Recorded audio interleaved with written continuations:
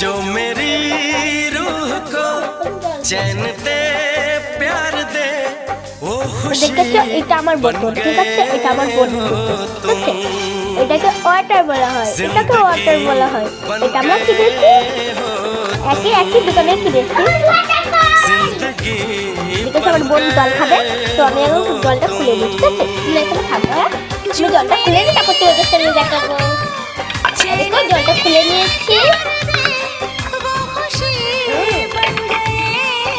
এটা কিন্তু গরম গরম জল আছে।